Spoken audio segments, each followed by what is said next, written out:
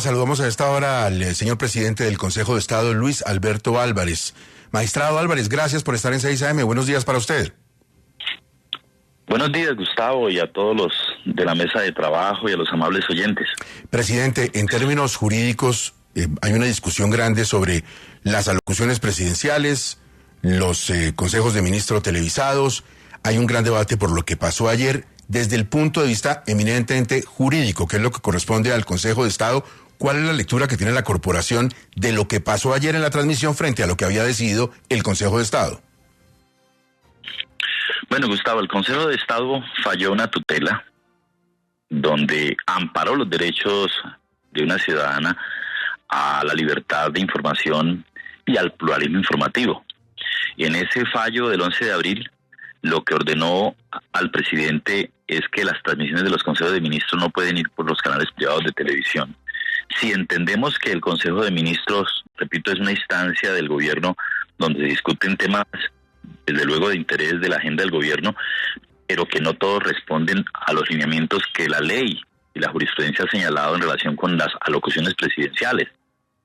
En la ley 182 del 95, ley de televisión, le garantiza al presidente de la República utilizar para dirigirse al país los servicios de televisión, repito, cuando se trata de asuntos cuya necesidad pública así lo aconsejen, pero no es una patente de corso para intervenir en cualquier momento y sin una motivación y una necesidad de urgencia en los canales de televisión, porque eso afecta, repito, la libertad económica, la libertad de empresa en una sociedad que tiene asegurado también estos derechos, y de otro lado, la libertad de información de los ciudadanos.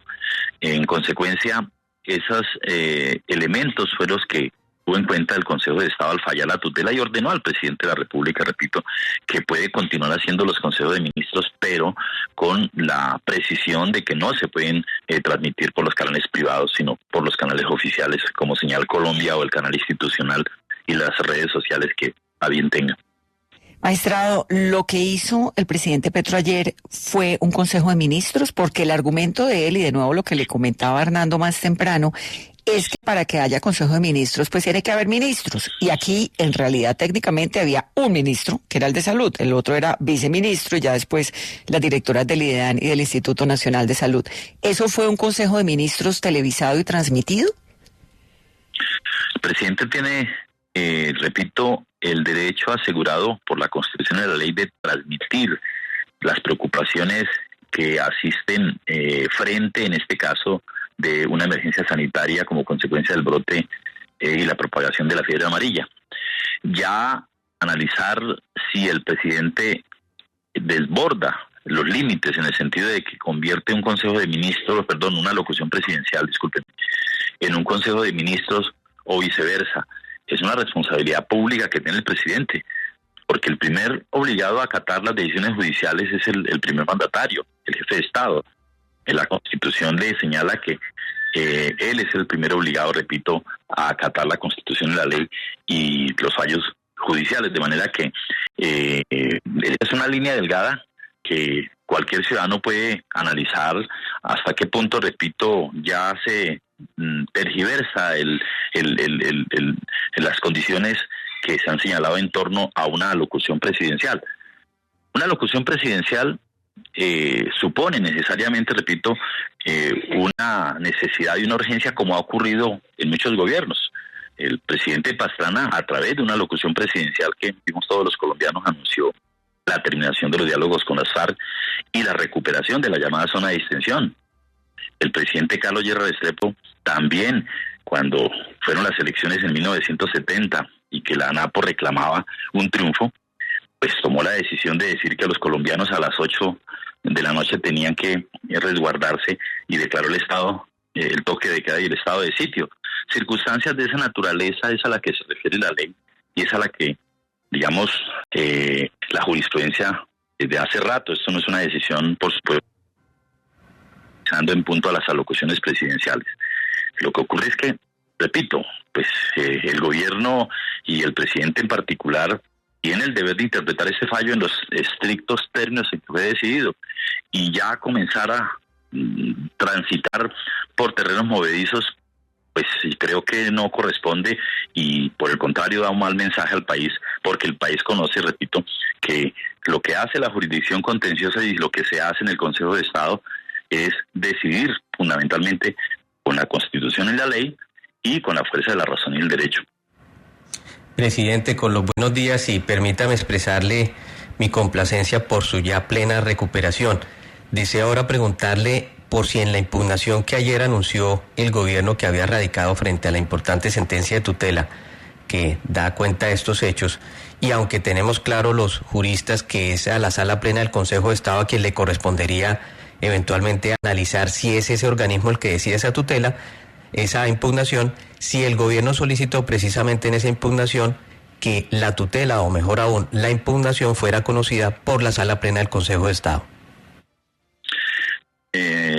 Aprecio Hernando, buenos días.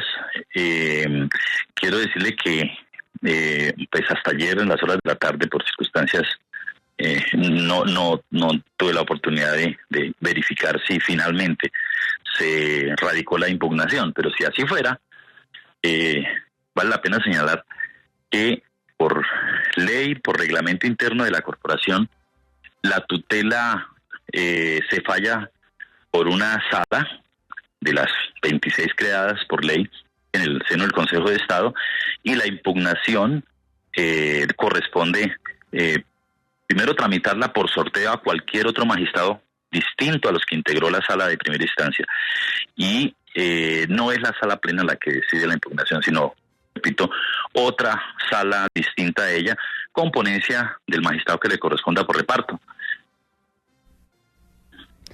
Presidente, ¿el Consejo de Estado iniciará algún tipo de incidente de desacato o algún tipo de acción para evitar que el presidente siga utilizando los canales privados para este tipo de transmisiones?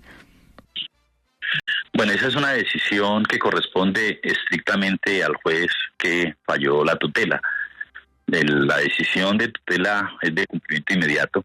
La impugnación no enerva los efectos, no suspende los efectos, y en esa medida habrá que esperar si el juez que falló la tutela, bien sea por cuanto que se allegue un escrito de desacato, así se tramita, o por su fuero de juez ante la circunstancia presentada, considera pertinente analizar si aquí se ha desatendido estrictamente el fallo emitido. Señor presidente del Consejo de Estado, yo quiero recapitular antes de despedirnos en una frase muy importante que dice usted, que parece una verdad de perogrullo, pero es fundamental. El primer obligado a acatar las decisiones judiciales es el presidente.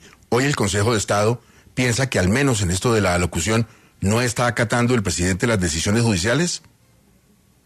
Pues repito, ese es un tema que corresponde decidirlo y valorarlo al juez que falla la tutela. Yo no quisiera, por supuesto, entrar a valorar ni a calificar, porque no me compete, y esa es una materia, repito, que es, digamos, está en el ámbito del juez que emitió la decisión. Presidente, muchas gracias, muy amable. A ustedes, muy amables por la llamada, y a los oyentes. Luis Alberto Álvarez, el presidente del Consejo de Estado.